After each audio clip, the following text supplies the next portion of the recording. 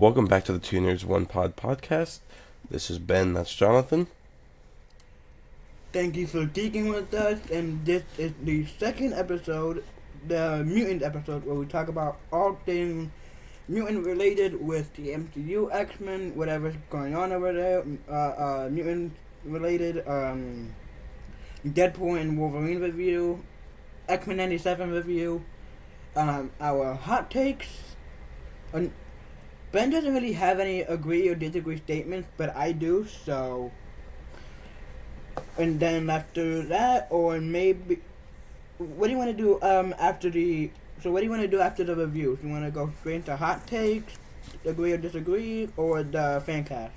After the review.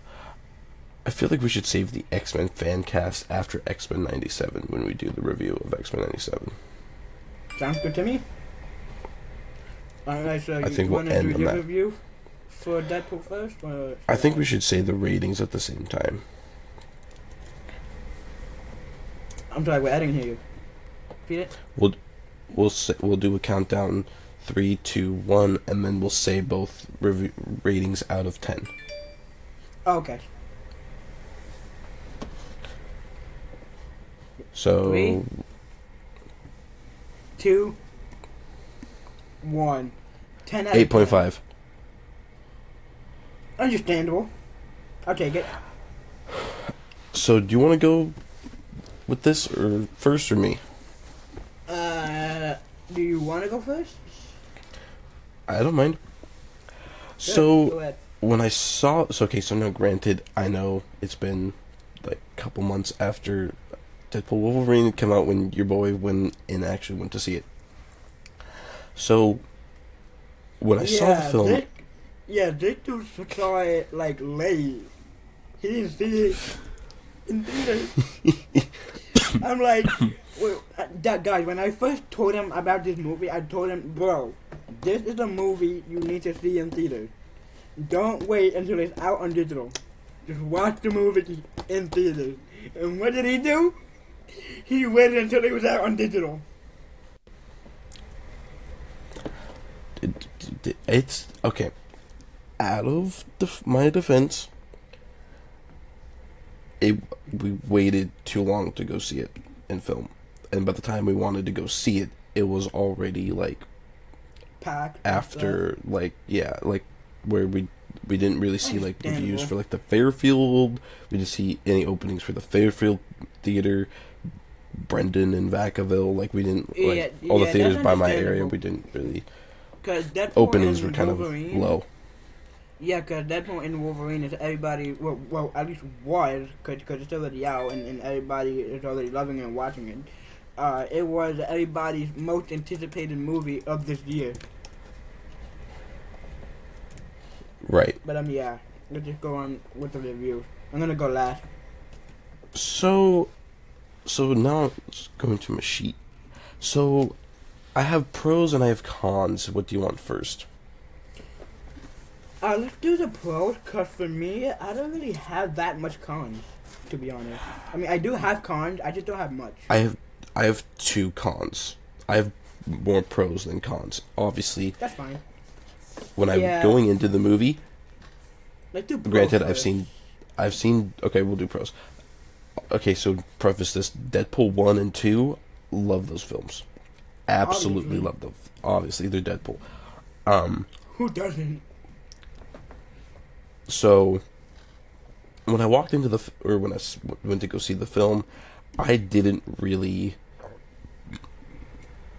I kind of took it to the grain of salt, like, oh, it's just going to be a fantastic Deadpool movie, but just throwing in Wolverine. That's what I Yeah. expected. That's if you walk into with this, it's pretty much going to be what you're going to get. It's a Deadpool movie with Wolverine. There's going to be some crazy shenanigans that's going to happen, and some Yeah. funny stuff is going to happen. But And a whole bunch of funny jokes. oh, if we want to go to the jokes were. It's. I mean, That's but so like the funny. jokes, the cuss words, it's a Deadpool. It's a. You'll Yeah. if you go into this knowing it's going to be a Deadpool film, you're going to walk out saying that's a fantastic Deadpool film. That's just how that's how it is. If you don't like Deadpool 1 or 2, I will say this, you will not like Deadpool and Wolverine, because it's pretty much Yeah. carbon copy of the same humor, cuss words, like, pretty much, Yeah. like, Except for the drug use, because in the first Deadpool yeah. movie, in the first two Deadpool movies, they use drugs, like cocaine, stuff like that. But then, in Deadpool and Wolverine, Kevin Feige, like before they started filming and stuff, Kevin Feige had a rule with the movie and said, don't use drugs for the film. We still want an actual Deadpool movie, like the first two, but like no drugs. Right. So obviously it's funny. Oh, also forgot to mention, the soundtrack is a pro for me. Yes. The soundtrack is a pro. I am a massive rock head, and I'm an old school guy. Hearing Madonna's "Like a Prayer," which that Bruh. song's fantastic. But that song slaps. What? Sean Hold on. Levy is a fantastic director. I'm not joking. Like he's Oh, I mean, like, 1,000%. really good. I'm just gonna. I need to see some of the songs that Yeah. were in it. Oh, okay. Also, forgot to mention, this movie has the best opening intro to any movie I have seen in the past 20 years. Using NSYNC's Bye Bye Bye, which, mind you, also Fire Song. Forgot to mention Fire Song. Yeah, it's really Using good. it as an intro made Deadpool look like a bad mama jama. That's all I have to say. And you know exactly what I'm talking about, because the opening Wait, intro is that supposed to be is a pro fire. or a con? The whole Deadpool looking like a mom or whatever. Is that supposed to be a pro or a con? It's a pro. Oh, okay. He's already a badass. He's already a badass. Yeah. I'll just say that right now. He's already a badass. Yeah, he is. But that's his theme. Like, when I see Deadpool, I'm thinking it's bye bye bye. Like, him doing the dance is. But I'm not joking. Chef's kiss. I once saw a post on Twitter where they compared. Honestly, this is the most dumbest thing I've ever seen. They compared the that scene to She-Hulk twerking with Megan Thee Stallion, and they're like, okay, two dances are the same except one is actually likable and one is actually really bad, and people just hate it. Really? Yeah, but here's the thing though. Everybody knows that the one that's hated is the She-Hulk one, obviously. Yep. Anyway. So I'm still on the soundtrack because, oh my goodness. Yeah. Also, Madonna, I'm a. player using that song as like the main, but I'm not joking. They literally used that song for like the main song of the entire movie. Oh, 1,000%. Oh, 1,000%. Like the bye bye bye. I'm not joking. Great song for a Deadpool intro, 100%. Oh. But like the movie as a whole, like in general, they use Madonna's "Like a Prayer" like as the main song. Hell, it's even Yep. the main theme of the movie. Yep. Yet again, Sean Gray, bro, just doing his thing. But dude, the choir version, the one, you know what? Screw it. We're gonna go straight into the spoilers. The choir version, the one at the end, where Deadpool and Wolverine are holding hands and like, mwah, chest kiss. I mean, okay, if you want to talk about comedic relief, having Madonna's "Like a Prayer," the choir version, specifically at the end, in the moment, and that's the thing. This is what I love about Sean Gray. Right when they held hands, that's when the music slowly kicks in. That's when it kind of like slides, like, just a little bit. Yeah. But okay, the song's fantastic. I don't know if you heard the song. You've seen Back to the Future, correct? No, I have not. I'm sorry, guys. I'm Okay. not really that old school on movies. I'm sorry. I don't know if you heard the song "The Power of Love" by Huey Louie and the News. Is that in the movie? It is in the film. You hear it like slightly briefly, but if you go back to watch the opening scene of Back to the Future, that song is the opening to that film. So when I saw the soundtrack out and I saw that song on there, and I'm like it has all of my banger. Like, okay, also the song that I will hold as the best in the soundtrack is "The Greatest Show" from The Greatest Showman. Honestly, I was a little. I gotta admit, I liked the song. I liked this actually one of my cons. It wasn't used as much. I mean, I was expecting like some big joke or a fight scene with that song, but no, they just played it for like a brief second. But at least we still got it in an MCU film. Yeah, true. But still, though, I mean, they just used it for like a brief second. So we are in spoilers, right? Yeah, we're in spoilers. The car fight was incredible. But the car fight? Incredible! But there's a better fight. Oh, yeah, the Deadpool Wolverine versus... Yeah. Deadpool No. Specifically, but it's my Deadpool. favorite fight scene! No. My favorite fight scene was Deadpool versus Wolverine. Oh, yeah. Bruh, I mean, seriously, those two... Wait, which one? There's two. Which one are you talking about? The car scene or the... No, the one where he stabbed him, through his chest. Yeah, that one. Yeah. I think that was the second one, I believe. Or that might have been the first. No, that was the first fight. Yeah, okay. But just both of those fights, it doesn't matter. Both of those fights, I just think as one whole fight, they're just fire. But also, can we talk about Hugh's acting in the film? Cause the scene with him in the car, and like him, bro, he ate Deadpool. With the whole you couldn't even save a relationship with a goddamn stripper. Oh my god. Oh god. But I can say the entire line if I wanted to, but god damn. Okay. There's one pro that I've left out. What's that? And a lot of people, and this is hinting where I'm at going with X-Men 97 later. There's one character in particular that arrived in this film. Specifically at the end. No. Let me guess.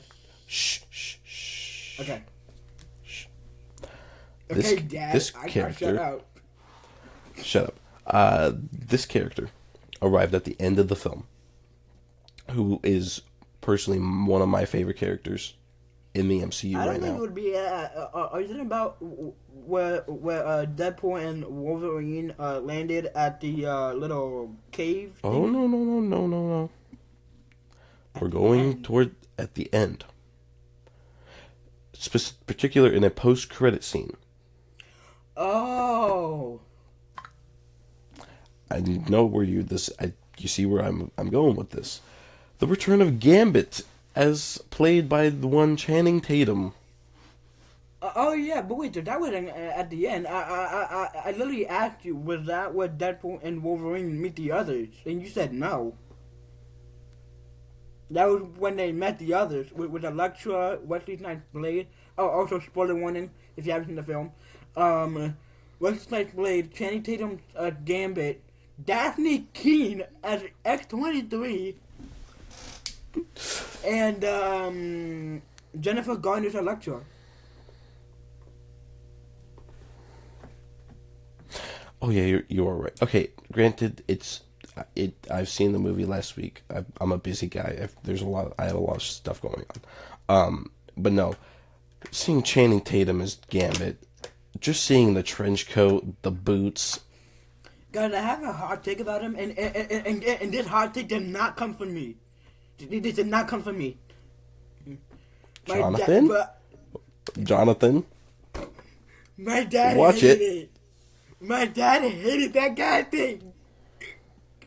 Why? He's saying, well, okay, aside from the look, like the costume and stuff, that's the only thing he liked. But, like, the way he talks, the way his hair looks, and the fact that he doesn't look like Gambit with, like, the red and black eyes, or whatever the hell, that's what he hated the most. Okay, granted, the red eyes, the red with the black eyes. That's That's understandable. That's understandable. But, dude. But Channing Tatum is a perfect Yes! Gambit. He is like. Well, I'm not joking. He's literally in my fan cast of the X-Men. Which, by the way, we will get into the fan cast soon. But Same. he's literally in my fan I put him cast. as Gambit. I put Me him as too. Gambit. I'm like, okay. As well as two yeah, sure, he other doesn't actors in the film. look the part, but he can still act great as Gambit. I think he looks as good as Gambit. Me too. That's why I put the air quote. Dude, like with the freaking hair to the side. Oh, dude, yeah. It was. Yeah, just give me more Channing Tatum Gambit and I'll be happy. Oh, by the way, he's rumored to be back for Secret Wars, so I'm up for that. Keep bringing him coming. Because your boys over here's Gambit's my favorite X-Men, bro. Yeah. Which is true, by the way. He is my favorite. I was gonna say, my favorite scene in the film would have to be the end. But my favorite scene was like Channing Tatum Gambit is when he was like, you know the scene where Deadpool gets everyone ready for their fight with Cassandra Nova's army and stuff. Oh, which, by the way, I have a hot take about Cassandra Nova later on. Which, by the way, is still a good villain. But By the way, on topic of Cassandra Nova, I brought the actor from Deadpool Wolverine in my fan cast. Yeah, me too. Even though she died at the end. It's like okay. But here's the thing though, I want them to do what they did with Doctor Strange in the Multiverse of Madness. You know how Scarlet Witch, yeah, because you know how Scarlet Witch has like multiversal variants, but they all look the same. That's what I want for the MCU. But anyway, about Channing Tatum, bro, I'm not joking. The way he said that, I know I'm not ready, but I know I should add a thing ready. That was hilarious. I died laughing. Oh like, yeah. I seriously died laughing. Oh, I'm probably not ready, but I'm sure I should out of my dad ready. I mean, Yeah, there's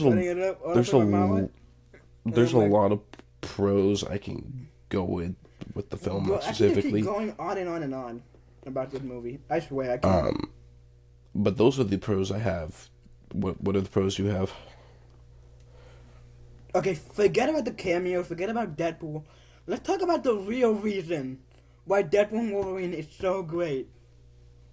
Hugh Jackman. Oh yeah, Wolverine. baby. But I'm not joking. For me, actually, no. Don't get me started about the suit. No.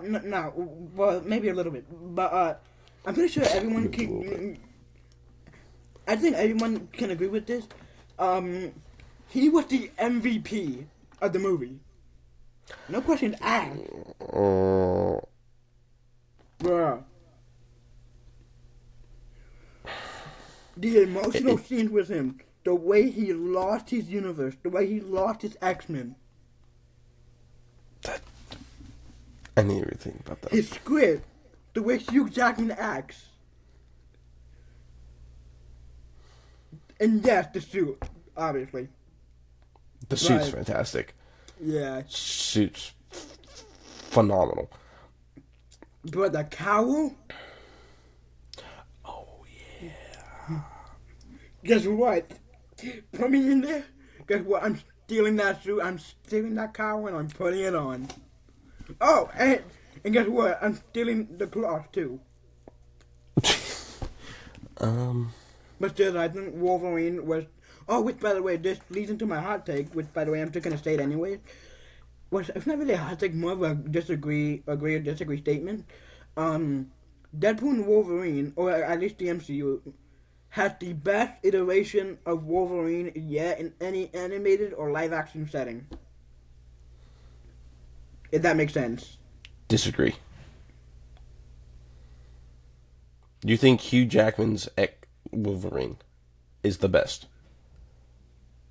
No, well, yes, but what I'm trying to say is that out of all of the iterations of Wolverine throughout live action and throughout animation, as a whole, Deadpool and Wolverine has the best iteration. What?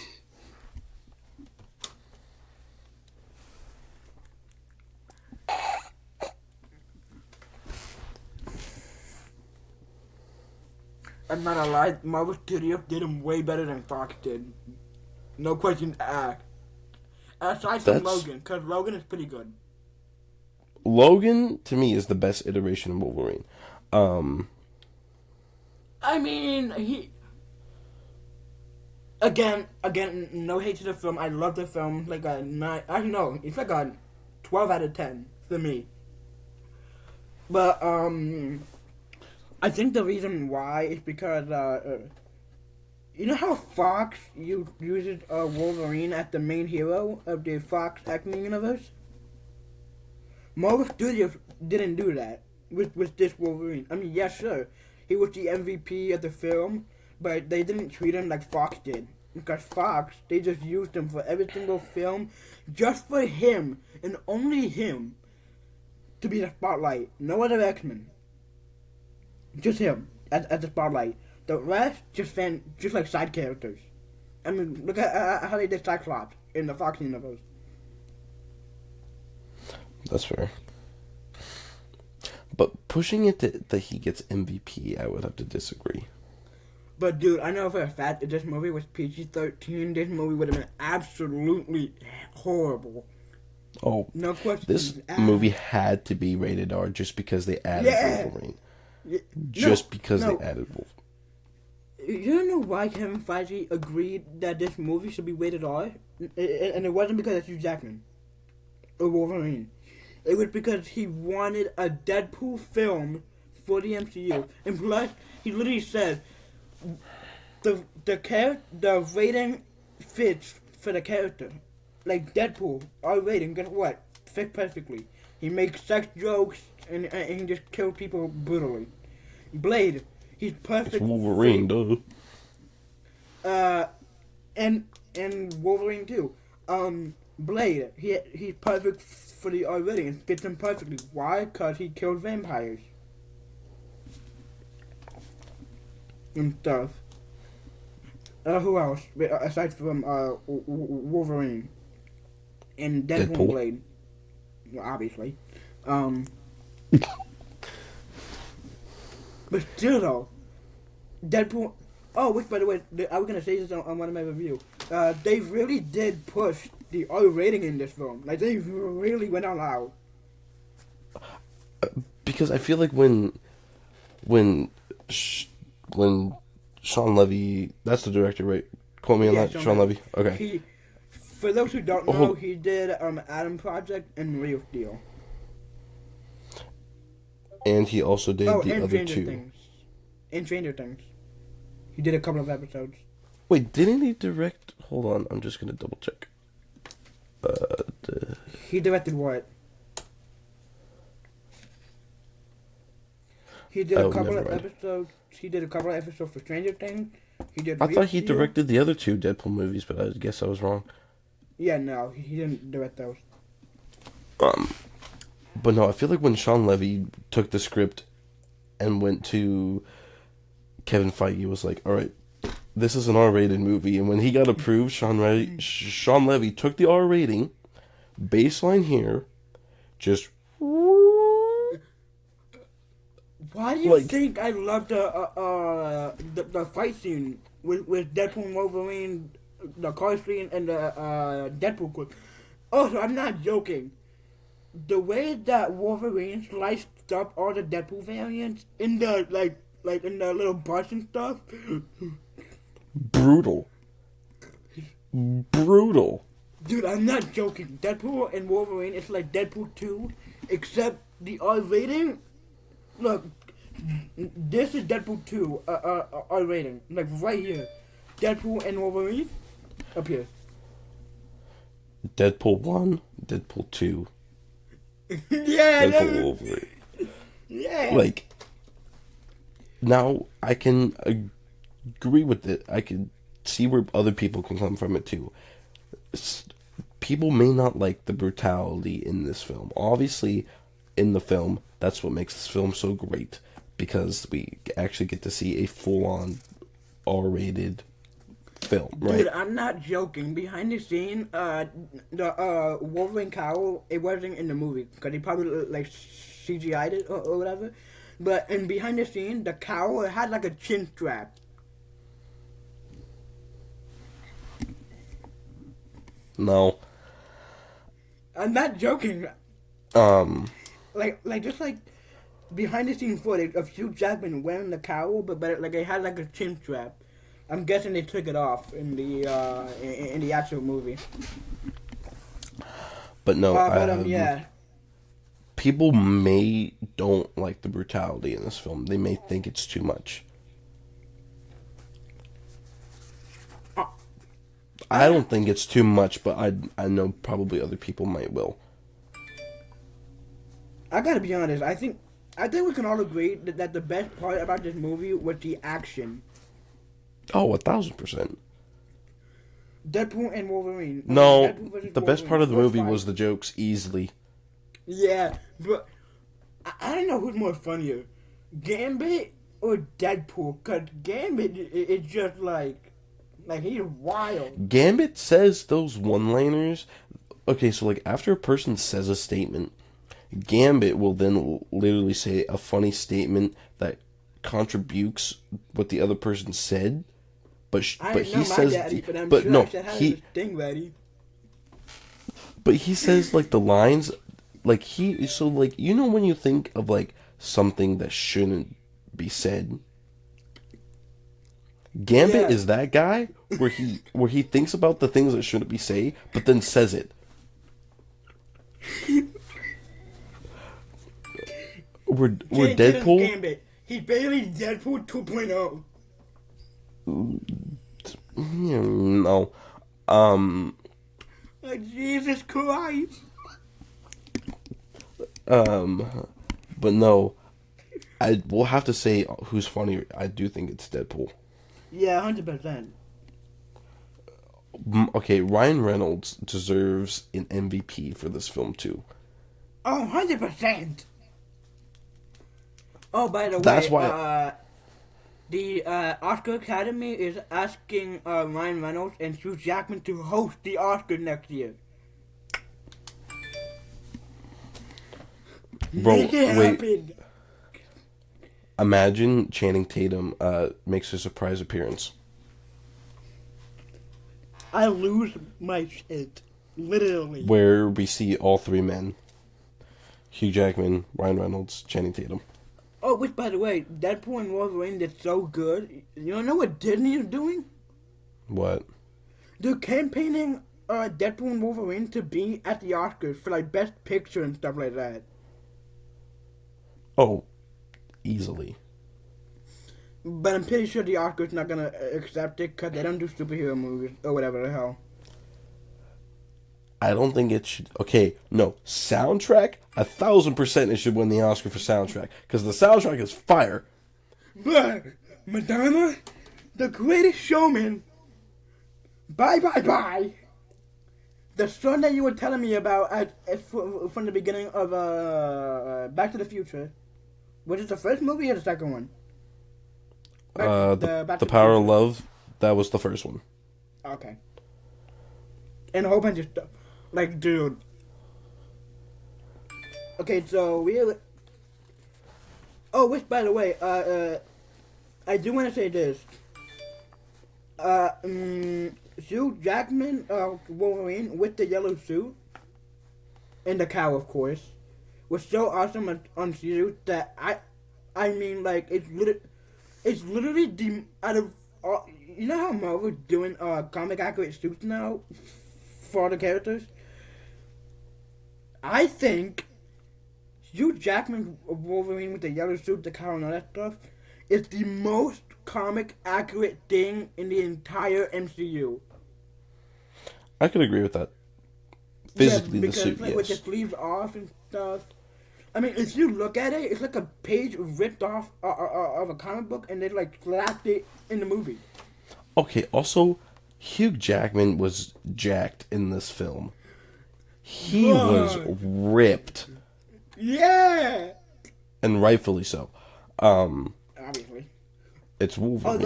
But I don't know if this is real or not, but I think Disney took the whole, they're gonna make him do this till he's 90 joke. I think they took it way too seriously. Mm-hmm.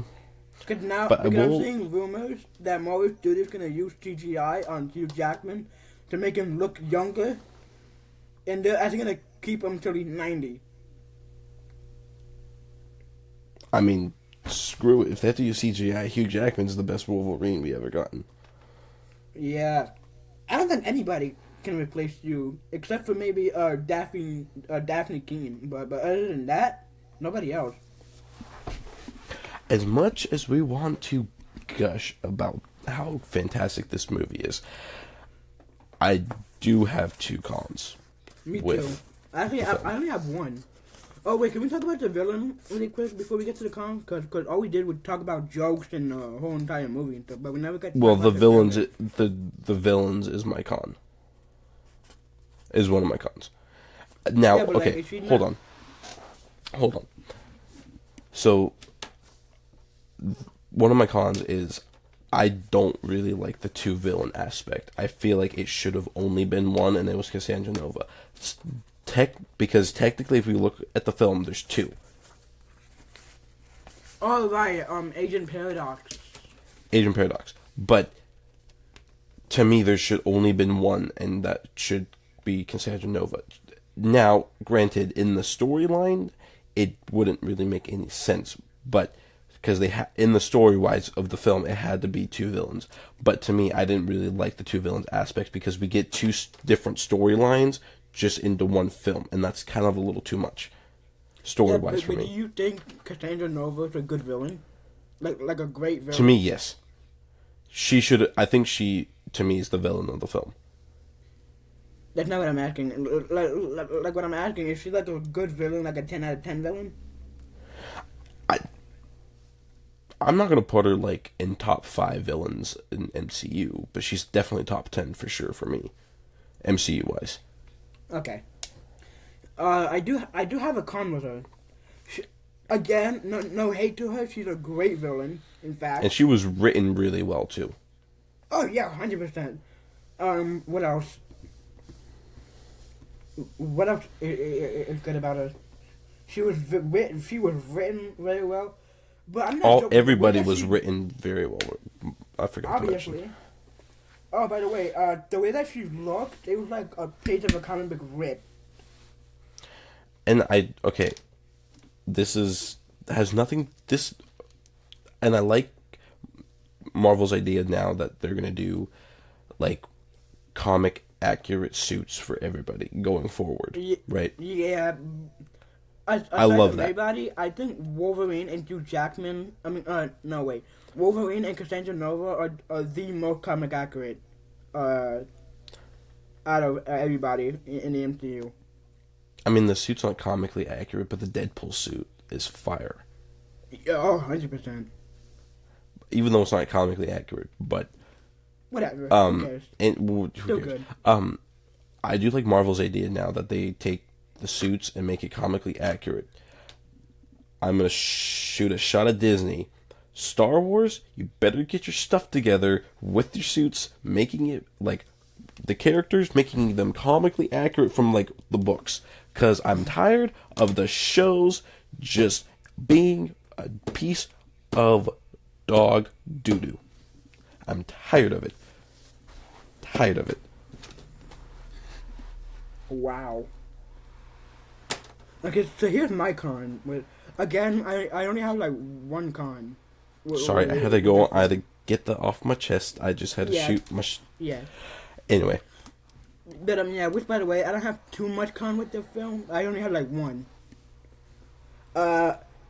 Because then my con is the villain, actually.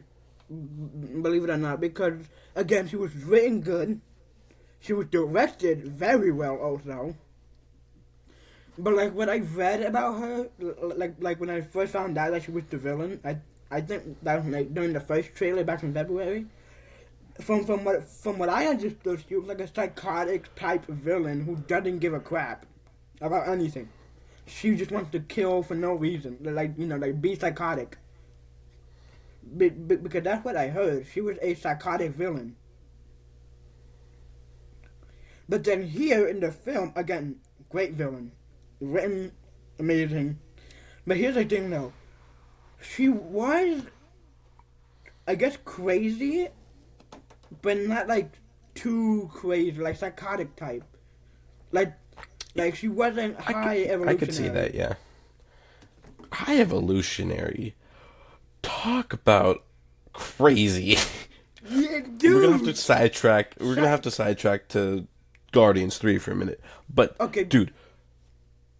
Ouch. Psychotic villain in the entire MCU. I don't care about Wonderful Goblin. I understand he's crazy and stuff like that, but high evolutionary, like psychotic. when he like the scenes when he was yelling, it made me physically like uncomfortable.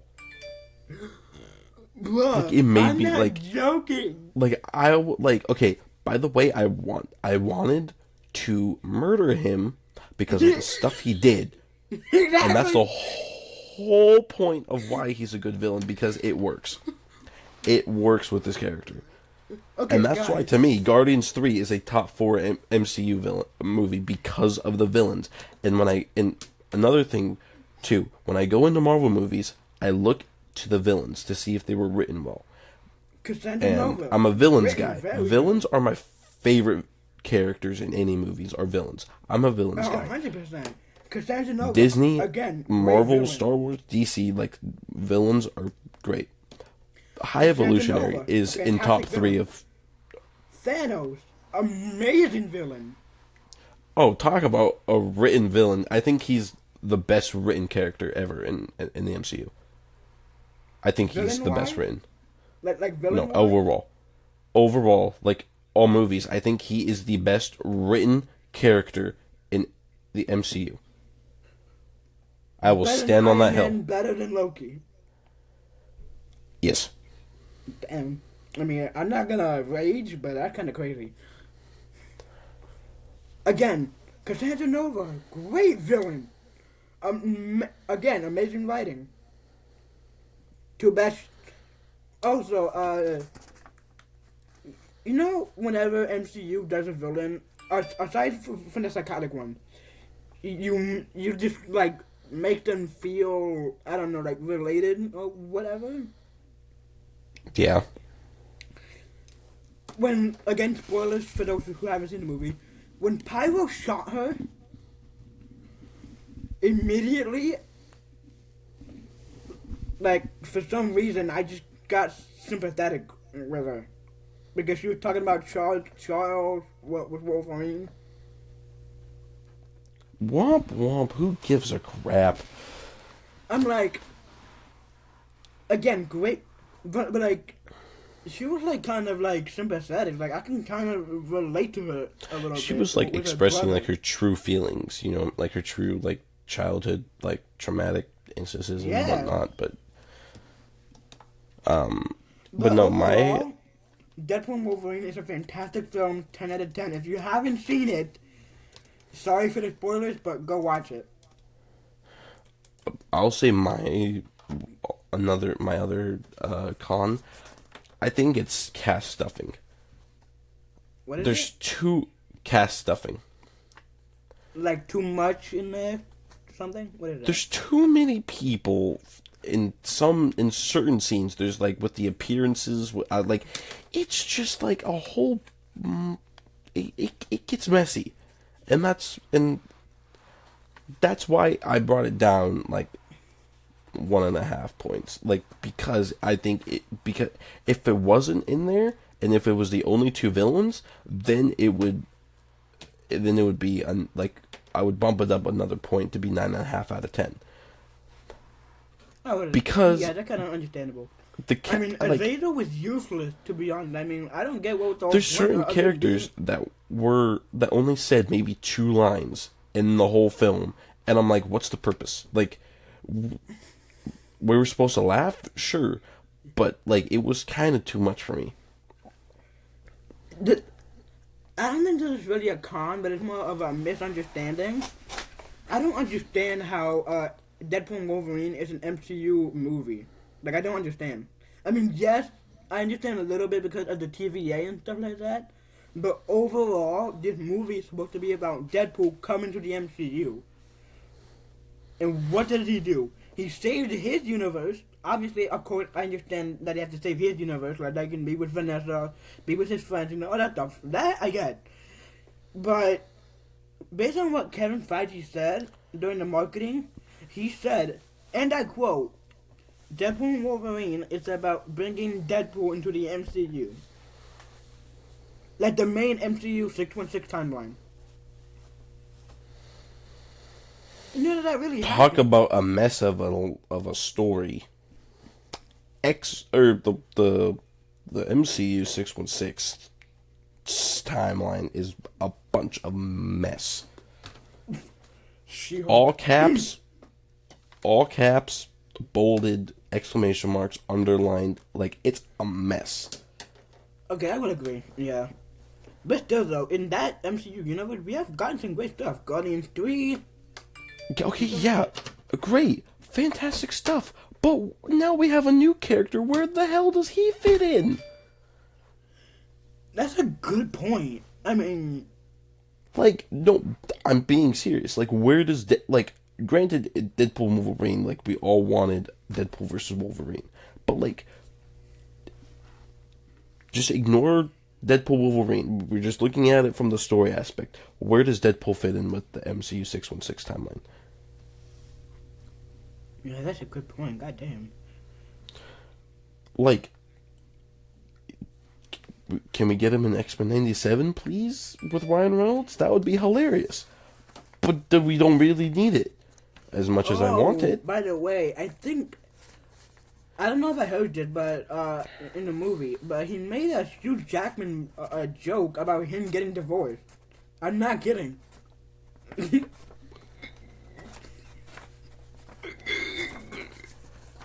Wait.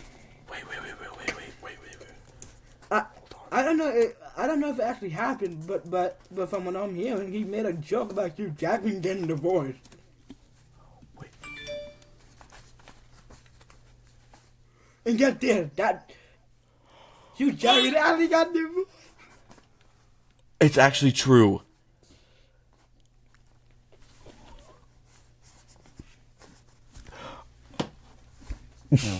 Oh, this is messed up. Well, obviously because it's Deadpool. Oh, which, by the way, we got a deleted scene. Oh, God. You know that scene at the end where Hunter B-15 meets Peter? And she starts feeling all tingly and stuff, or whatever the hell? Yeah. Apparently, there's a deleted scene where they actually kissed. And it's Who? out on the internet. Wait, who?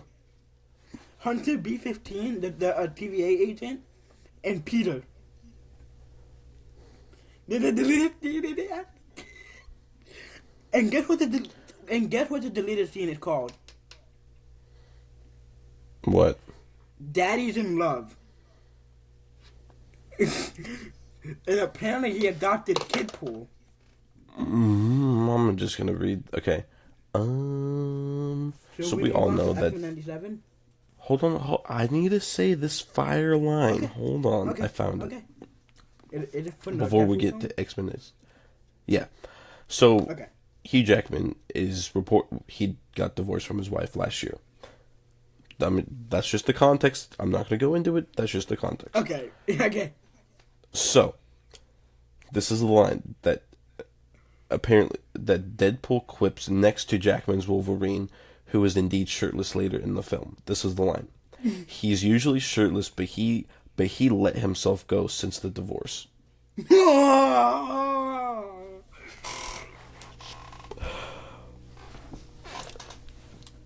Talk about a burn. Oh, Lord. Nah. Oh, you don't dear know, God, dude. Nah, you don't know what's a burn. You couldn't even save a relationship with a goddamn chip and mother effort. I would keep. No, wait, what's the line? It's when a God's best joke that you can't die, except that's on all of us. Yeah.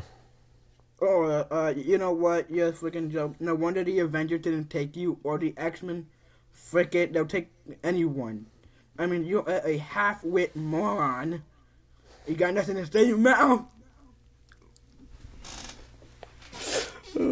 Talk about a Let's go to... Alright, we mentioned X-Men 90... I think this is a good segue. I mentioned X-Men 97 earlier, so... Yeah, can we let's start recap it. the first episode really quick? Because before... Guys, you heard him. This guy over here said X-Men 97 is trash. If he said that about the fourth episode, I would understand. But the entire show as a whole is trash. You're fucking crazy. Alright, so what do you gotta say now, since you said that you changed? So, X-Men 97 reviews out of 10. 3, 2, 1, 9.5. 10 out of 10. Wait, what? 9.5? You're looking at me like you're shocked. You're looking at me like you're shocked. Like you're surprised. The big boy over here says he likes it now. But there is 3 cons I have with it. If this is about the fourth episode, I completely understand. No, it's just little minor nitpicks I have. I'll say that. It's just minor nitpicks. Honestly, okay, but guys, I'm not joking. I don't have any cons with this show whatsoever. At all. Except for the fourth episode. I mean, that's the fourth it. episode but overall, was mid. Honestly, I hated it.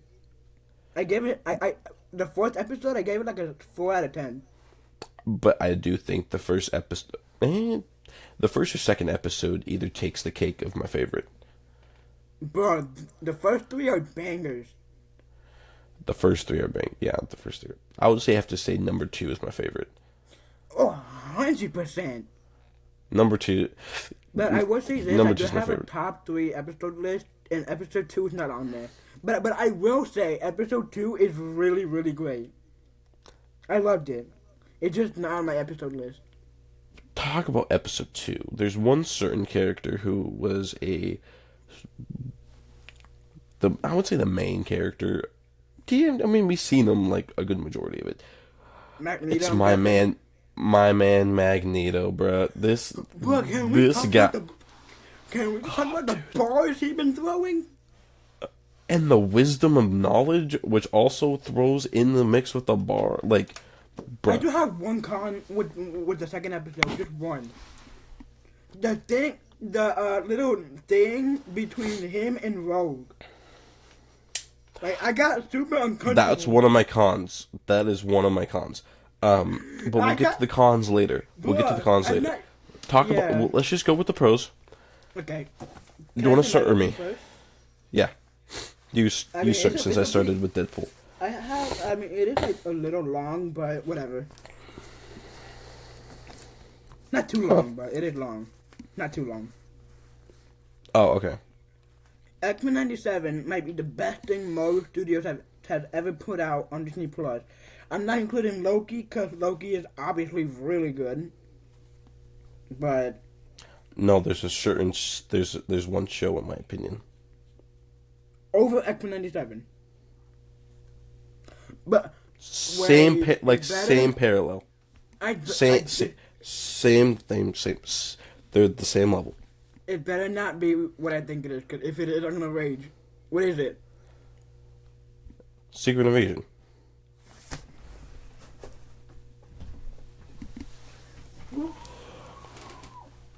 Again, Jonathan, it's my favorite. Secret Invasion's my favorite Deadpool, or not Deadpool. Favorite Disney Plus Marvel TV show. First 2 episodes are banger, but then it falls off on the 3rd episode. No, it doesn't. It just keeps getting it better does. and more interesting. It's great the first two, and then it just falls off.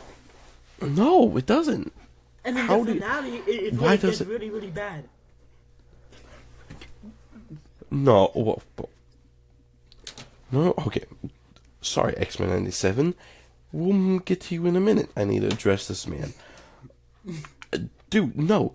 Wolverine came down, did what he had to do, and went back up. Wolverine?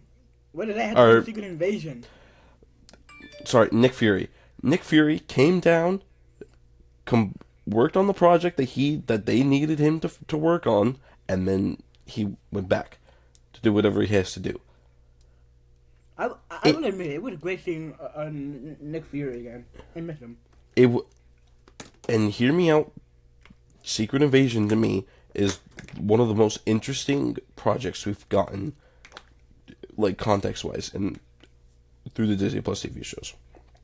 All the stuff that they did was interesting with the Skrulls, learning about Skrulls. Wait, time out. Secret Invasion is so good. You take it over Loki.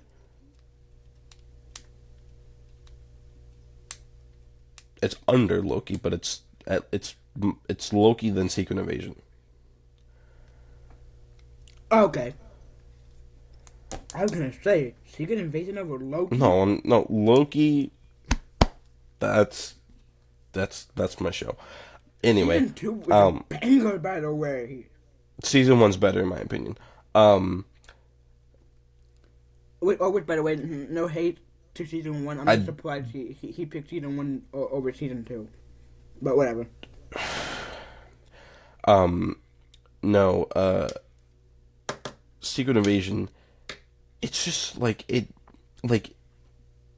afterwards, it not only answered the questions I had leading up to the finale, but it gave me more questions, which I'm interested to see if they do a Season 2 so they can answer those questions. What questions are those? Because they're probably not going to do a Season 2.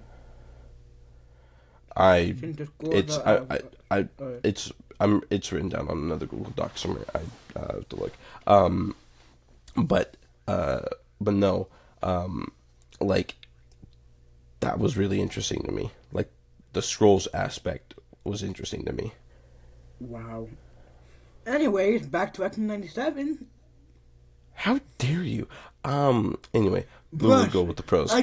Okay, I'm only gonna say this once, and if I had to say it again, I will. Secret Invasion is good, the first 2 episodes, but then it falls off on the third, and then the finale is where it all gets messed up. That's all I'm gonna say. Well, okay, we go back to the mutant. We're gonna talk later. Anyways, pros about X-Men 97. Go first. Oh, I got 100. Okay, so I said it's the best thing that Marvel Studios has ever put out on Disney Plus, aside from Loki, because Loki is obviously good. Can we talk about the writing for the series? Because the writing is the story is fantastic. Oh, which, by the way, I saw this video a couple of days ago, and this is actually true. X-Men 97 is rushed, but it's not in a bad way. I mean this in a good way. It's because each episode you think, oh, this is going to be the main storyline of this season. But no, they just rush it and they just cover it in just one episode. Like, for instance, the Magneto political issue thingy, or whatever the hell. We thought, oh, okay, this is going to be the main plot of this entire season. Wrong. They covered it in one episode. Episode 3, we get the whole Madeline Pryor episode. Oh, okay, so is this going to be the main story, the actual main story of the entire season? Nope.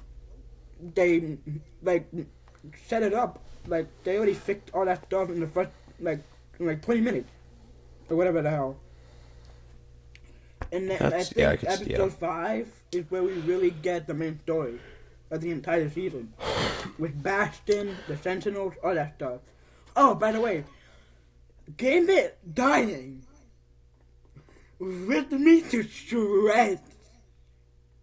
Don't bring up his death, please. Don't. Guys, I'm not joking. when this episode aired, like within the first 15 minutes, I was asleep because it came out like 3 in the morning my time, and then I had to like go to school, and so I went to school. I didn't see the episode, so then I waited until I got home. I saw the episode, and then as soon as I see Gambit die, I was shocked. No, I didn't cry or anything, but immediately I went, what the hell?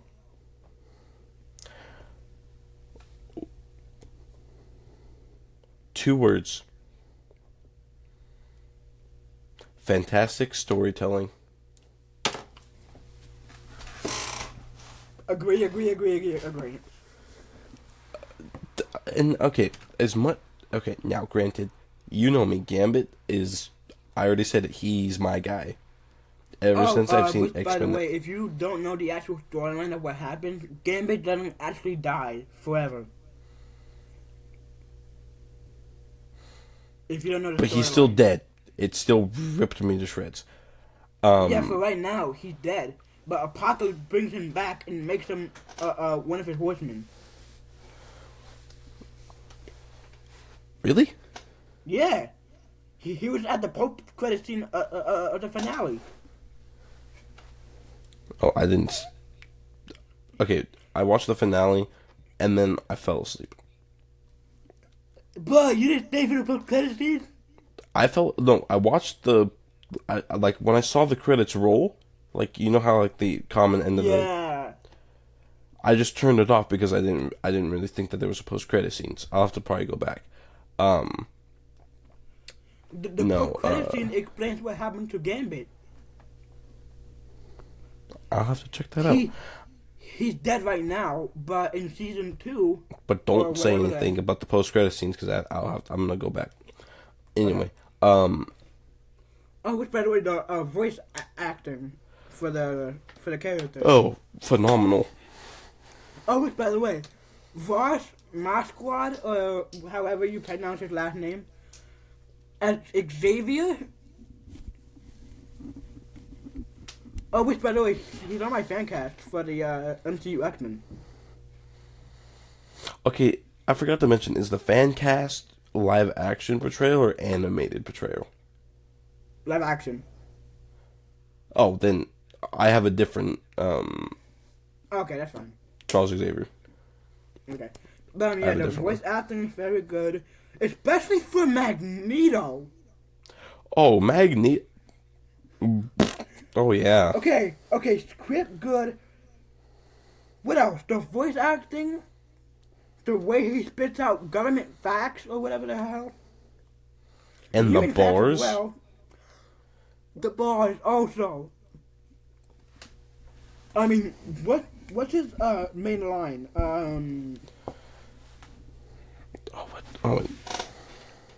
Here's one. Do not make me let you down. Chef's kiss. Oh, this isn't exactly like a legendary type of line, but it's one of my favorites. Charles, old friend, I've waited to say this to you for a long time. Shut up. Okay, no. This Wolverine actually, funny enough, quotes it in the finale, but I'm like, no, dude, no. This line really, like, when I heard his line, like, cause like out of the X-Men, Magneto is like the one that I kind of like, I know a little bit more of, but no. Yeah, Magneto has like. No, Wolverine quotes his like good line. What's it? Wait, I just searched it up. The brave always die first. Oh yeah, the brave always die first. Bro. Oh, God, that's a bar and a half. Oh, which, by the way, I don't think we're gonna get Deadpool in X-Men '97 anytime soon. I'm not entirely sure yet. I don't know. Bro, just imagine Jonathan. What? Post-credit scene, season 2 finale. We hear Ryan Reynolds as Deadpool, as animated Deadpool. Kevin Feige, I would like to make that happen, please. Just call me, and I'll call Ryan Reynolds. Post-credit Okay, scene, but we wait, get. so let's talk He about says the one main line, thing. Let's talk about the main thing about episode 3 of X-Men 97. Obviously, this one here doesn't agree because he's a psycho. Goblin Queen. Come on.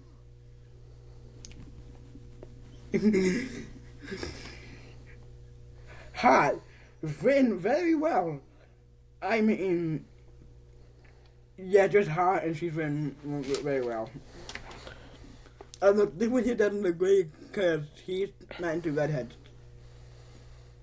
One sound effect. Need to go to my soundboard.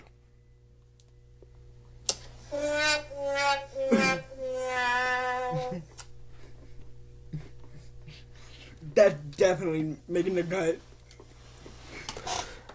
I'm keeping that in. But yeah. That goes how it. The real reason for X-Men 97 episode 3, freaking Natalie Bryan, all day, every day. The reason why I play the sound clip was because that's how I felt about Madeline Bryan. Thank you. I didn't really think she was a well-written villain to me. I didn't really like her. She's not really a villain. She was just controlled by Mr. Sinister. Okay, if we want to talk about villains in the show, Magneto takes the cake for me.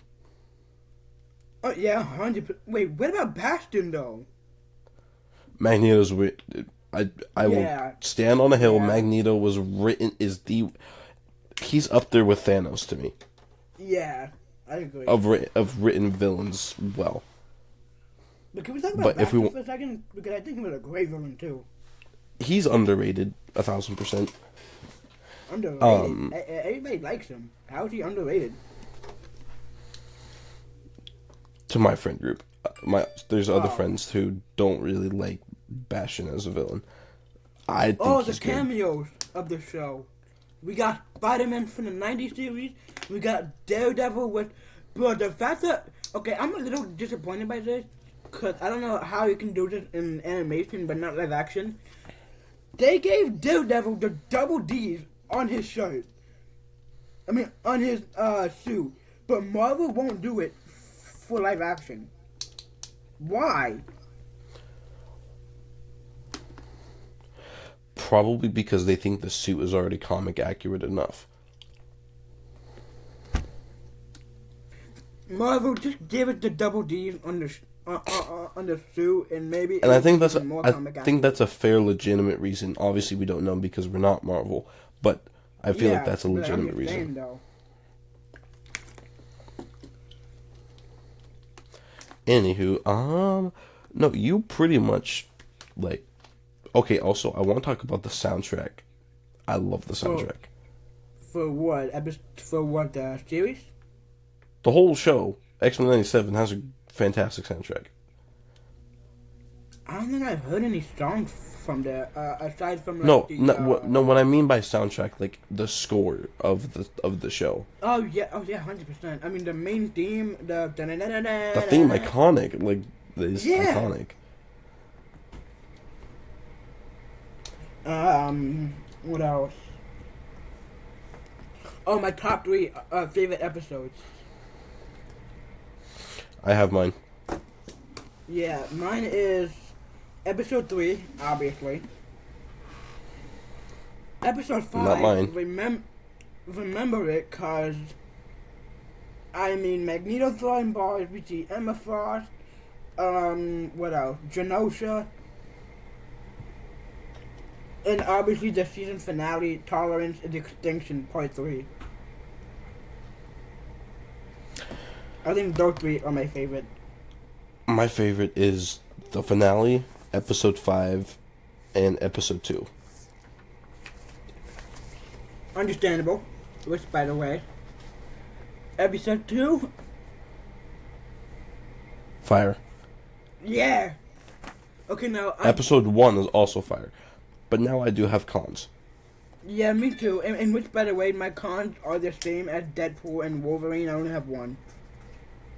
Which is? Episode 4. I mean, episode 4 was bad. It was dry, yeah. It was so bad, I gave it like a 4 out of 10. But to me, I mean, that's I have how 2. bad it was. I have 2. I think the 10-episode format for X-Men 97 didn't really hold the story justice. I think it was way too short. What do you mean? I think, like, knowing that each storyline is like each episode, right? Yeah. I felt like they could have, like, drawn that out a little more, even, like, making them into, like, 2 episodes each, or, like, because I feel like the 10-episode format, I didn't really like it. So you're saying it felt rushed a little bit? Yeah. Rushed, not to what you said, but a different rushed meaning of, like, Yeah. you know what I mean? Yeah. Yeah. I feel like, I think 15 would be, like, a good magic number. Oh, can we talk about Mr. Sinister? Oh, good villain. Yeah. Well, I mean, yeah, obviously a great villain, but he wasn't really there as much. He was more of like a side character. But when he was there, he was spitting some bars. But I think Bastion was the evil. Him and Bastion were spitting, when they were there, they were spitting bars, but they were not Magneto level bars. Yeah. But I think Bastion takes the spot between Sinister. Because Bastion was the evil one. Oh, wait, Bastion by the way, was have you realized X-Men 97 is like Avengers Age of Ultron, but better? Yeah. Because Ultron and Bastion, they're technically the same. I mean, all they want is just human extinction. But Age of Ultron was good. Yeah. Well, I'm not talking like movie-wise. I'm talking about like story-wise. Oh, yeah. I'm not saying the movie is bad. And my other con is the relationship between Magneto and Rogue in episode 2. Yes, can we please talk? But I'm not joking. The scene in Talk episode about 2, uncomfortable. dude. The scene where where he takes off her glove and they just like kind of like hold hands, like just bare hand, like.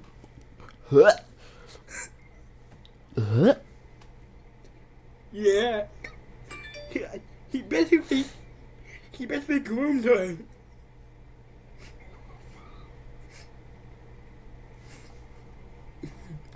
Oh, which by the way, I think they actually did a sex scene in that movie, in the show. They just didn't show it because Vogue was in there for hours, and you know the scene where Gambit just drops his card and he gets like all sad and stuff.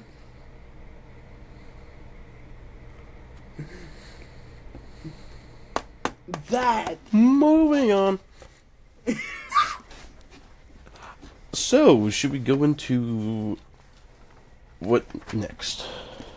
Let me see on my hot take because we still got the fan cast. But let me see my hot take. Hang on. I have 3 hot takes.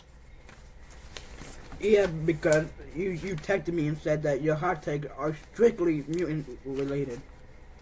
And I only have 3 of them. Let me see. Hang on. Oh, which, by the way, I do want to mention that my hot takes are mixed with some old ones that I didn't have to say. But they are mostly mutant related, mostly. And I will say some of these stuff I've said before, and I saved some because you didn't see Deadpool in the first episode.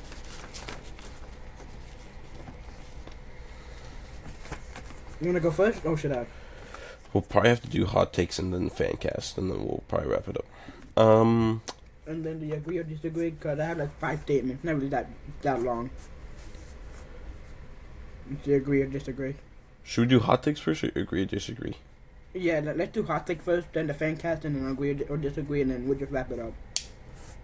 I think we should. Oh, which by the way, we will not. The fan cast will.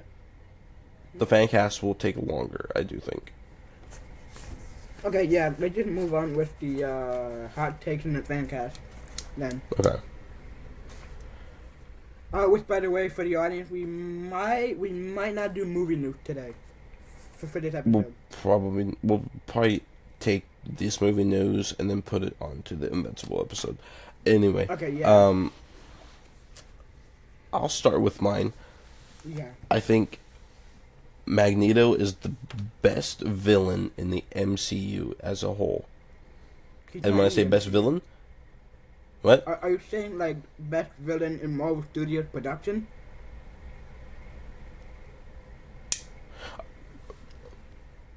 X-Men's 97 Magneto is, taking him as a villain, Yeah.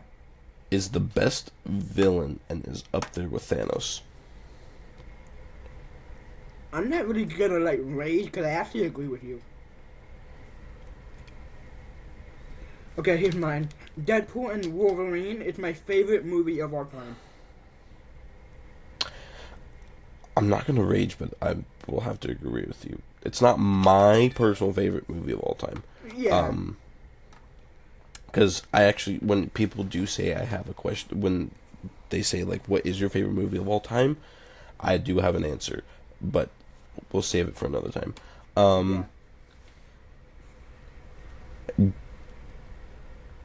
You might rage. Oh no. Oh no. What? Spit it out. So we're just ignoring villains, just as heroes in the MCU, okay? Oh no. Ignore villains, just look at heroes, right? Everybody. The whole MCU. Okay, what is it? What's the hot take? Gambit is the best hero of all time. I will take it as a hot take, but not one I would rage about. Better than Iron Man. Better than Tony. Better than Cap. Better than Black Panther. That's crazy, but I'm not gonna rage. Better than Hugh Jackman's Wolverine. Okay, too far. Which Gambit are you talking about, buddy? X-Men 97 Gambit. All of my hot takes are X-Men 97 related, by the way. Yeah, I take Hugh Jackman Wolverine. Talk about story. I already said this one before, but you said that you haven't seen the original 90s. I have not. X-Men. Okay. X-Men 97 is better than the OG X-Men series from the 90s. From the scenes I've seen from the old one, I would have to agree. Okay. That is better. Okay, now that you have seen X-Men 97, I will say this. After watching X-Men 97, Madeline Pryor, aka Goblin Queen, and Jean Grey, both of them combined, are my favorite mutants of all time. No. I'm not going to give you that one. They're my favorite. There's a better mutant. Who? There's a better mutant. Wolverine, Gambit, Nightcrawler. Deadpool. I'll take it. Actually, I'll give it to you for now. I mean, he's my favorite mutant. Is Deadpool. Deadpool and then Wolverine. Then Gambit, then Wolverine. Those are my three. Okay. Deadpool and Wolverine has the best iteration of Wolverine ever. No. Best script. Great story. X-Men 97. With Xavier. I guess technically his connection with Cassandra Nova, if that even counts, I don't really know. I mean, Sean Levy kind of like planted seeds, like a little seeds of like they mentioned that they crossed paths before. Yeah. But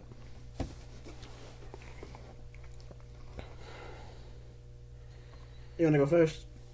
I mean, I only said like at least the X-Men 97 better than the OG. I already said the X-Men 97. Madeline Pryor is my favorite. So, I'll say my last one. Now, I'm gonna do this early, like I said with Gambit. Take out all the male figures of the MCU. Take out all the male figures. Just look at the female ones. Oh. X-Men 97 Storm is the best looking, best portrayal, best written. She's the best female hero out of the entire female group of the MCU, villains and heroes.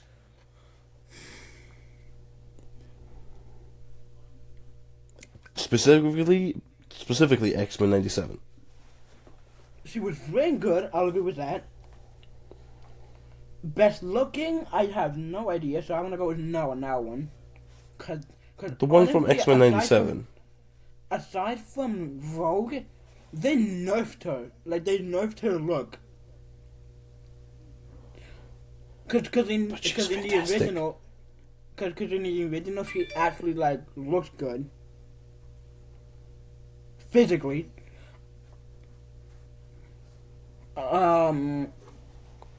She's no better than Scarlet Witch. She's no better. Okay, I take that she's better than Black Widow. No, she's better than Scarlet Witch.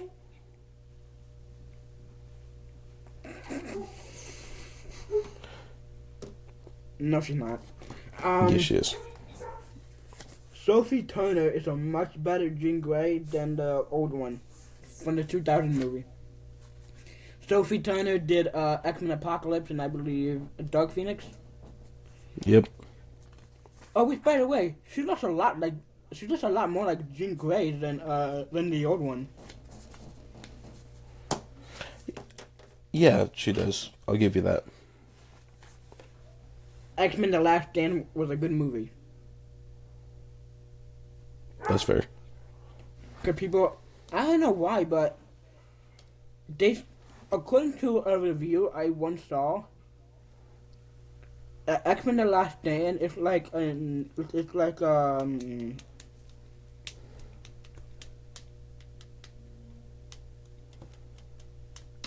God, what was that movie that was actually good?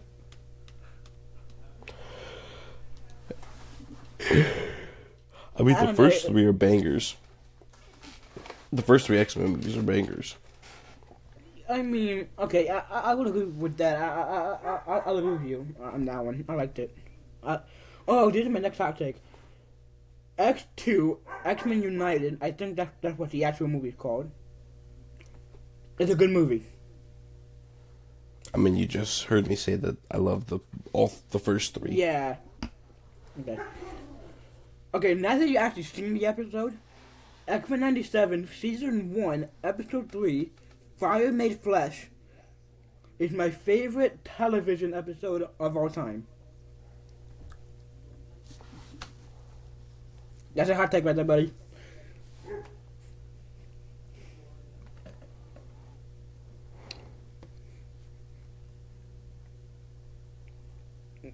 No.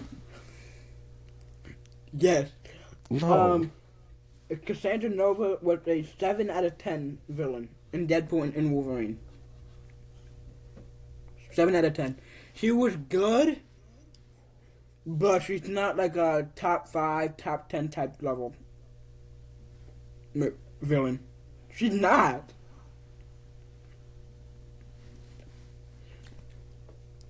She was great, but she's not like my personal favorite. But honestly, though, keep it for the next.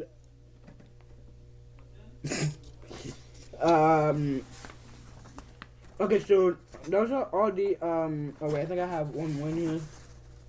Oh, okay. This is my last mutant related hot take, and then we just go to the old one, the ones I didn't get to say from the first episode. Famke, I don't even know how to pronounce this name. I'm not gonna say this. The old actress who played Jean Grey in the first 3 X-Men films, as Jean Grey, is the worst casting of all time. That's pushing it.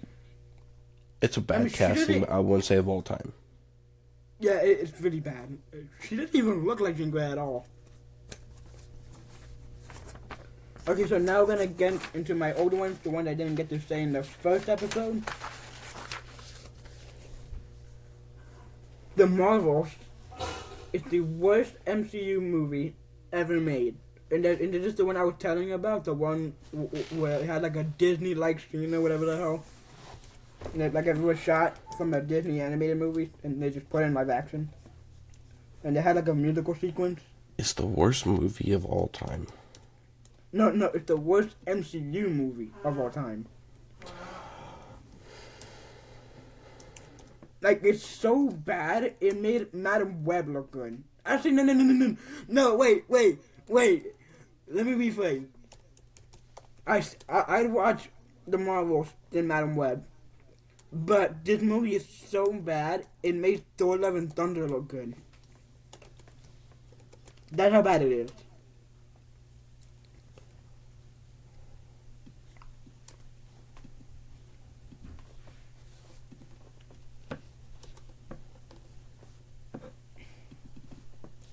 I'm gonna have to disagree.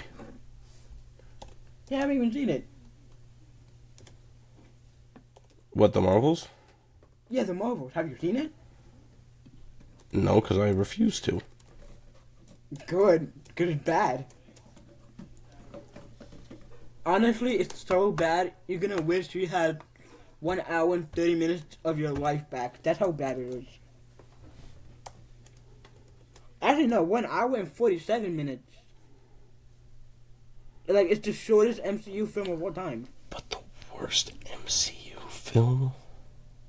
Oh, that's how bad it is. It's so bad, Love and Thunder look good. That's a banger. That's a banger. Okay, Doctor Strange in the Multiverse of Madness is a great movie.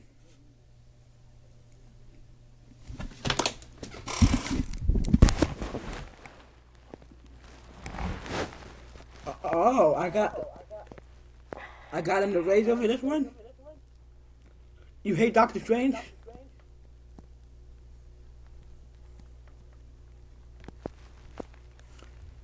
Just so you know, this movie is directed by the guy who casted Tobey Maguire as Spider-Man.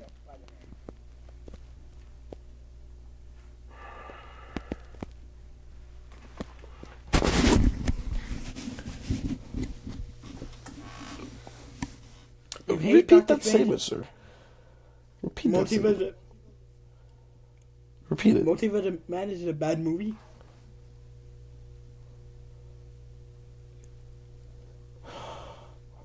Is bad or is it good? Me, it's great. It's not my favorite or like a top 10 MCU movie. It's great. It's great, like an 8 out of 10.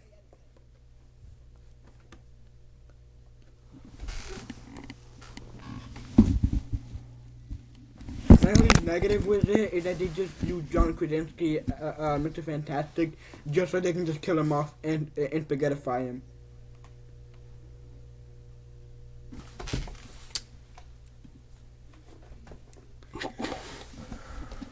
You hate Doctor Strange in the Multiverse of Madness? Yes. Why? Bad writing. I will admit, it made the story made no sense, but whatever.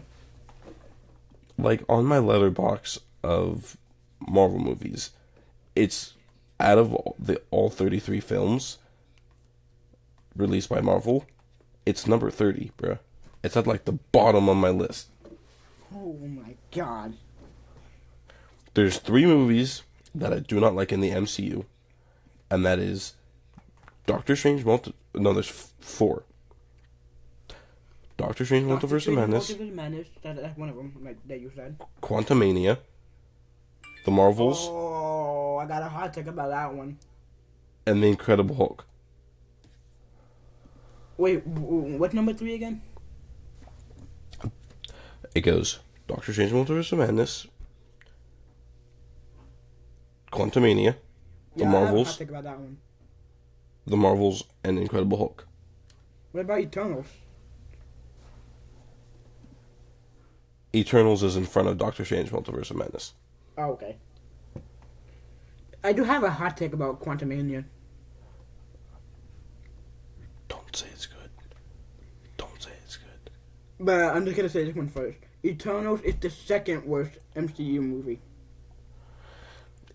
I didn't actually mind it. I'm not saying it's like fantastic. I was okay. Yeah, like a 6 out of 10. Yeah, I was like a fine 6 with out of 10. It wasn't bad.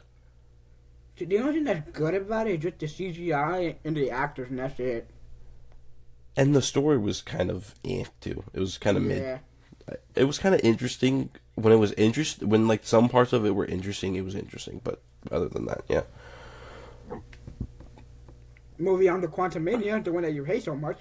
It's a good movie and it's a 7 out of 10.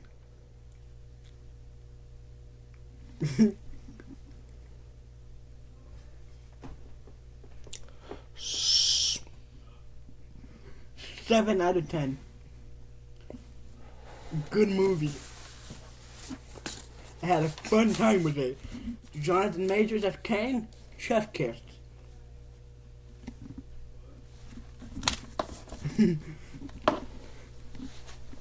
What's your rating of Quantumania? It deserves to be in where it belongs, and that is in HELL of movies. How? Of movies. Yeah, but what's your ranking? I mean, what's your rating? All I have to say is that it is number it's, to me, it's the third worst MCU movie of all time. That's all I have to say. So a 4 out of 10? All I have to say. 3.5, 4?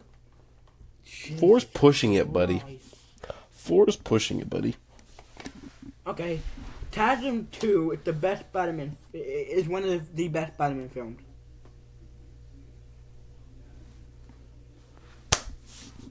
Sir. Buddy. And I'm on Andrew's side on this. TASM 2 is a good Spider-Man movie. I liked it. 9 out of 10. I did rank the Spider-Man films. Give me...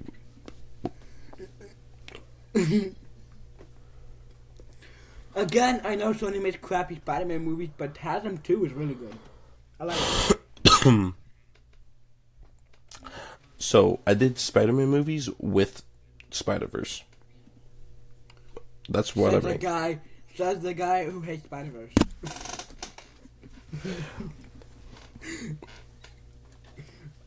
Bro, I'm surprised the comment section didn't roast you for that one. During the first episode. The Amazing Spider-Man 2 is the third worst Spider-Man movie of all time. To me. The first one is better. I'll give you that one. The first one's good. No, I said TASM 2 is one of the best. I know, but to me the first one's better. Hey, at least Andrew Garfield got a more realistic Spider-Man suit in TASM 2.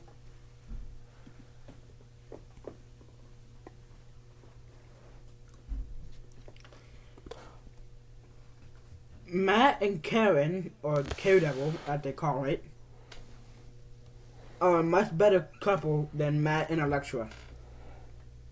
That's fair. People are saying it's toxic somehow, like the relationship between Matt and Karen. How many more statements do you have? I will agree that they have like some tension, but I wouldn't say it's toxic. How many more hot takes do you have? I wouldn't say that either, but how many hot takes do you have? Not too much, I hope. We're just gonna move on from the hot takes, and I got like too much, so we're just gonna move on to the fan cast. Should I go through my list or your list first? We can go to your list first. Doesn't really matter. Okay. So this is our pitch for the MCU X-Men and who we want them to be, I guess. So start with Wolverine. Should we go back and forth on who we did for Wolverine? Let's just Like go who- from like- Cyclops to the end of the X-Men roster, and then we can just go straight to the villains. So we'll start with Cyclops. But I did Wolverine though. Wolverine's first on my list. That's fine.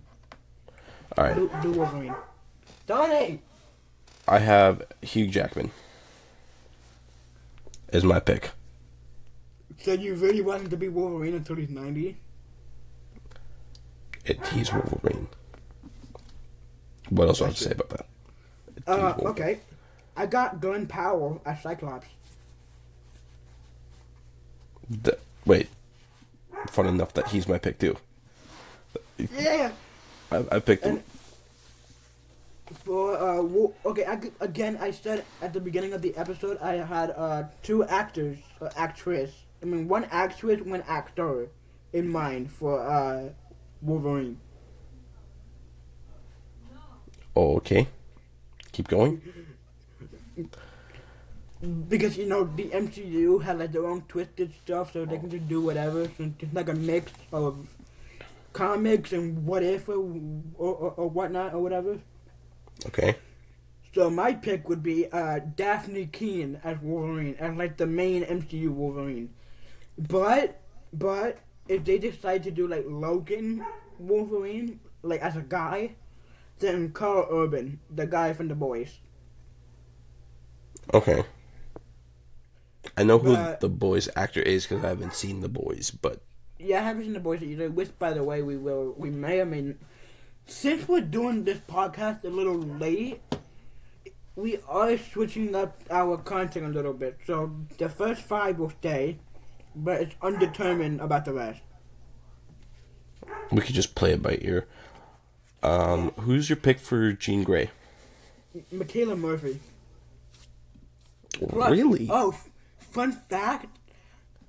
I put it up on my story once, and she actually responded to it and said, I'd be down for it.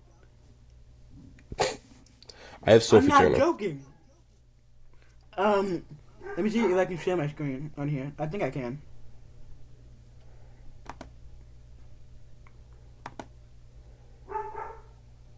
Hang on. Share. Oh, come on.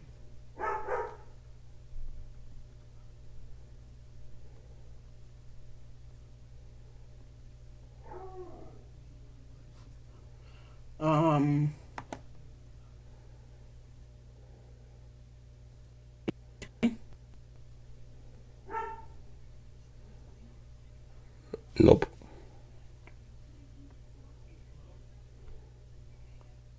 Hang on. Okay. Guys, I'm not joking. She literally responded back in. Who's Colossus?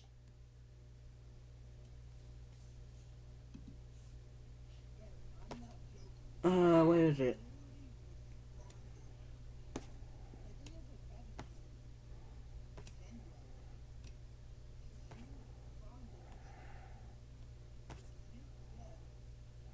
Come on.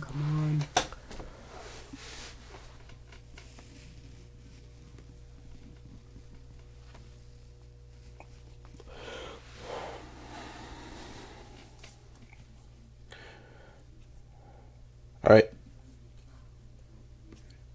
So we did Cyclops, Jean Grey, and Wolverine.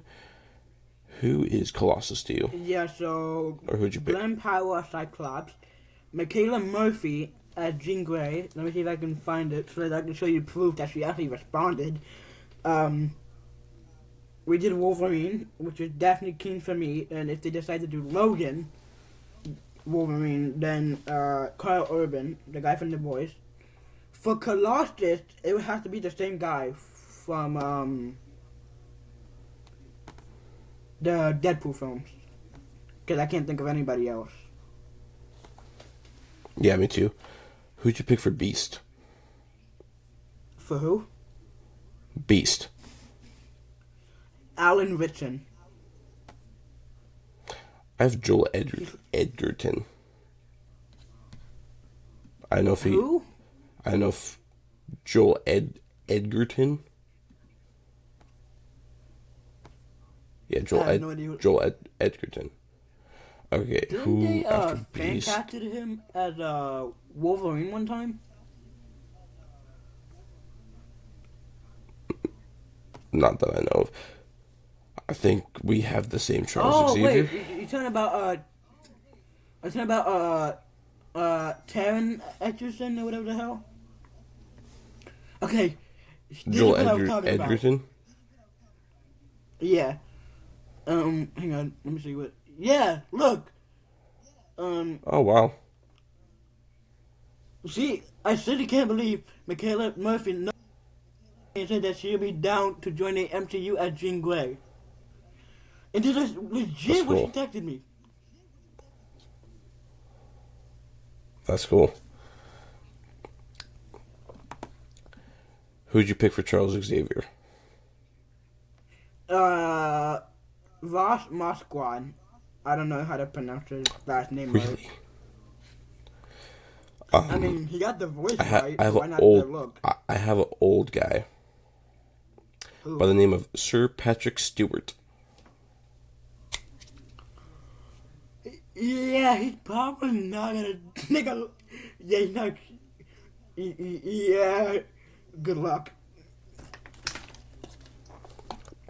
But he's a good Professor X, though. Wait, what about James McAvoy? I mean, that guy's technically still young. He's like, what, in his 50s or something? Yeah. Who do you have as Storm? Kiki Palmer? That's the same, yeah. Who's your I think we both know who's our Gambit for the MCU. Mr. Tatum? Yes. Who did you get for Jubilee? I found an Asian actress by the name of Lana Condor. Mine is Peyton Elizabeth Lee. Have you seen the Disney Channel Andy Mac? No. She did yeah, she was there. And I saw I'm highly curious. Who's your Morph? the guy who did Spider-Ham in the Spider-Verse movie, John Mulaney. Mine's a funny one. I don't know if you heard of him. Pete Davidson. Oh yeah. I picked him as Morph. Okay, so you asked me for my rogue. This isn't necessarily an actress, but she is a cosplayer and she looks a lot like Rogue. Okay. Her name is Stefania Sassano. Sorry if I pronounced the last name wrong, by the way. Who's your Bishop? Bishop Terry Crews. Me too. I have him too. All right, who's your Lalandra, the alien chick from X-Men '97? I didn't put it on here. Oh, I did. I put Lady Gaga as Lalandra. Oh, speaking of Lalandra, Magneto roasted her like a chicken. Oh yeah. Bull. While you were up there with your she-eyed bird queen. I'm like, God damn. So, before we did the pod, I did add Cable and Deadpool. I picked Cable. Wait. Who's your Jean What? Grey? Sophie Turner. Oh, okay. I picked, I already told you in the audio, Yeah. but I picked Michaela Murphy because she looks a lot like her. But for Cable, I picked Josh Brolin from my Cable. Good luck, he's probably not going to stick around for long. Okay. And then Deadpool, I think you can guess. Yeah, right, man. Bull. Okay, let's move on to the villains. Villains. I have two. I have three. No, wait. I have 1, 2, 3, 4. I have 5. I have White Queen, Apocalypse, Bastion, Magneto, Mystique, Mr. Sinister, Cassandra Nova, Madeline Pryor, and the Sentinel. Okay, I got 9. Dang. Do you want to run through my list first? If you want to, sure. So for the Who's your, Sentinels, White Queen. Vanessa Kirby. Oh yeah, wait, because MCU is now doing recasting the actors who were in MCU and replacing them with new ones. Okay. And then for she Madeline, already Sue Storm though, so she sued Storm. yes, No, yes. to me she's more Emma Frost. They casted her back in February, on Valentine's Day. Yeah, well, so you gave me the Sentinels. I copied yours, which is Peter Cullen.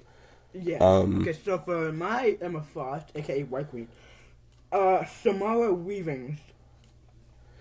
Never heard of her.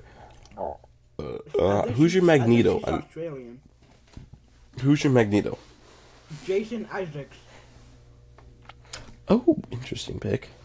Which, by the way, I think it's gonna be a little weird because we got a young cosplayer actress and an old guy right along each other. But I picked Magneto from the.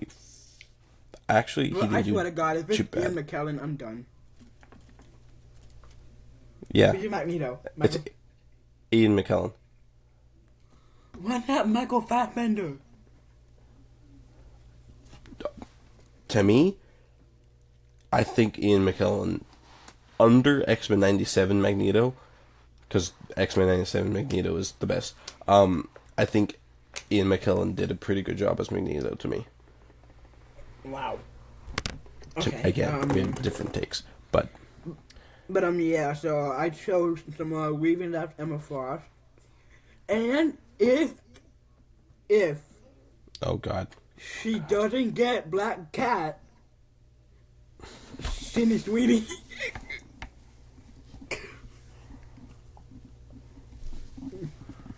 Sydney Sweeney as Emma Frost. If she doesn't get Black Cat, which by the way, I'm hoping she does get Black Cat. bro, her and Tom Holland, and Spider-Man 4, bro. Anywho, But who's they're your probably Cassandra not Nova? gonna do it. Oh, Emma Coin. I just kept it the same. Oh, but Okay. by the way, Marvel, do the same thing you did with Multiverse of Madness. Same character, have their variants look the same. Keep Emma Coin. Keep Emma Coin as Cassandra Nova. Wait, I'm not keep gonna lie, keep I- going, keep going. Why do you want that? Because she's a really good actress, and she was written very good. Just make it more psychotic. One final thing I have to say. Soundboard. About what? I need you about what you were saying just now. Oh no. How about new? One final statement. How about yes? No, Okay, who's your Apocalypse? I didn't cast Apocalypse. I did. Dwayne The Rock Johnson as Apocalypse. Talk about old.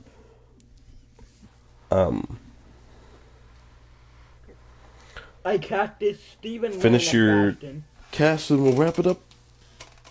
Okay, wait, I got one more. Just one more. Kaylee Cuoco as Mystique. I could see it. Wait. Oh, I thought for a second you didn't know her. I'm like, okay, I'm gonna have to explain this. I'm about to explain this blonde, beautiful woman to this guy. Careful what you say. But yeah, I guess we're gonna have to wrap it up. Oh, which, by the way, for Madeline Pryor, you said that you chose the same one, right? For Madeline Pryor, because I said that they're both clones. Okay, so for me, I sort of did the same thing ish, but just a little differently.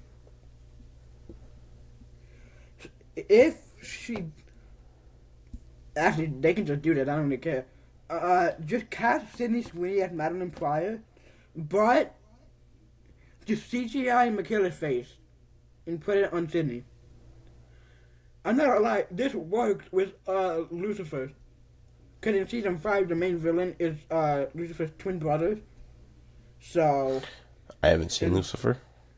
And Tom Ellis doesn't have a twin brother, so they have to like use CGI and stuff like that. But I mean, I guess that wraps it up.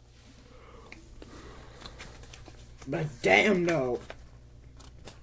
I think Michaela Murphy as Sydney Sweeney. I mean, no wait, Michaela Murphy as Jean Grey would make like the perfect casting of all time. That's fair. I'm not lie. I think her and Glenn Powell will have great chemistry. Since the fact that Cyclops and Jean Grey are a couple. I think Glenn Powell and Michaela Murphy would have great chemistry. Yeah, so that wraps up the second episode. We will not be doing movie news this episode, unfortunately. Movie news will go to episode 3 at the end. It'll be a bigger episode, movie news. Yeah. So, just to give you guys an upcoming slate, which, by the way, we're still going to be doing this every single episode. Episode 3 will be Invincible episode, where we talk about season 3, what news are we going to talk about for season 3, our prediction for it, and stuff like that. Episode 4 is a Daredevil, Born Again episode, which, by the way, my most anticipated series of next year. Episode 5, we might have a guest for episode 5. And episode 5 is just gonna be all Fantastic Four related. Oh, which, by the way, our guest has a huge, but I'm not joking, has a huge crush on Vanessa Kirby. So this is gonna get interesting. Oh, Lord. I told him that Vanessa Kirby will be mentioned a lot throughout the 5th episode, because again, she's Sue Storm and stuff like that. So yeah, so 3, 4, 5, 3 Invincible, 4 Daredevil, and 5 is gonna be a guest, and then we will do Fantastic Four. And then is the Halloween episode confirmed? Is that gonna happen? The 3 reviews I talked to you about. I can't confirm nor deny. I do not know, but like I said, the first 5 were thick. I can't confirm about the rest because things are now changing. I have not watched Agatha. I never will. But we have to do a review, bro. We're podcasters. Like, it will give us more topics. Yeah, you can. I'm not going to, but you can. Oh, okay. I will watch Beetlejuice whenever I get the time. I will watch what you guys appear to be calling it, the Junkler 2. Junkler 2 Filet of Dodo. That's what they're calling it. And then obviously we'll be watching Venom: The Last Dance, and we will do a review for that one. We will do reviews on Beetlejuice, and Venom: Last Dance. That's for sure. If I get the chance to watch it, I do not know. Fair. Which, by the way, I'm hoping to watch it. By the way. Oh, and I can't confirm nor deny, but we will be doing a Transformer 1 review eventually. Cause I want to see the film. I'm not really big on Transformers, but I do want to see the film. Watch every single movie. I have seen Rise of the Beast. I have seen Age of Extinction. So I think that about wraps it up. Yeah, so that wraps it up. So yeah, 3 Invincible, 4 Daredevil, and then 5 Gas, and then Fantastic Four. And that's it for the second episode, and we'll see you in the next one. See ya!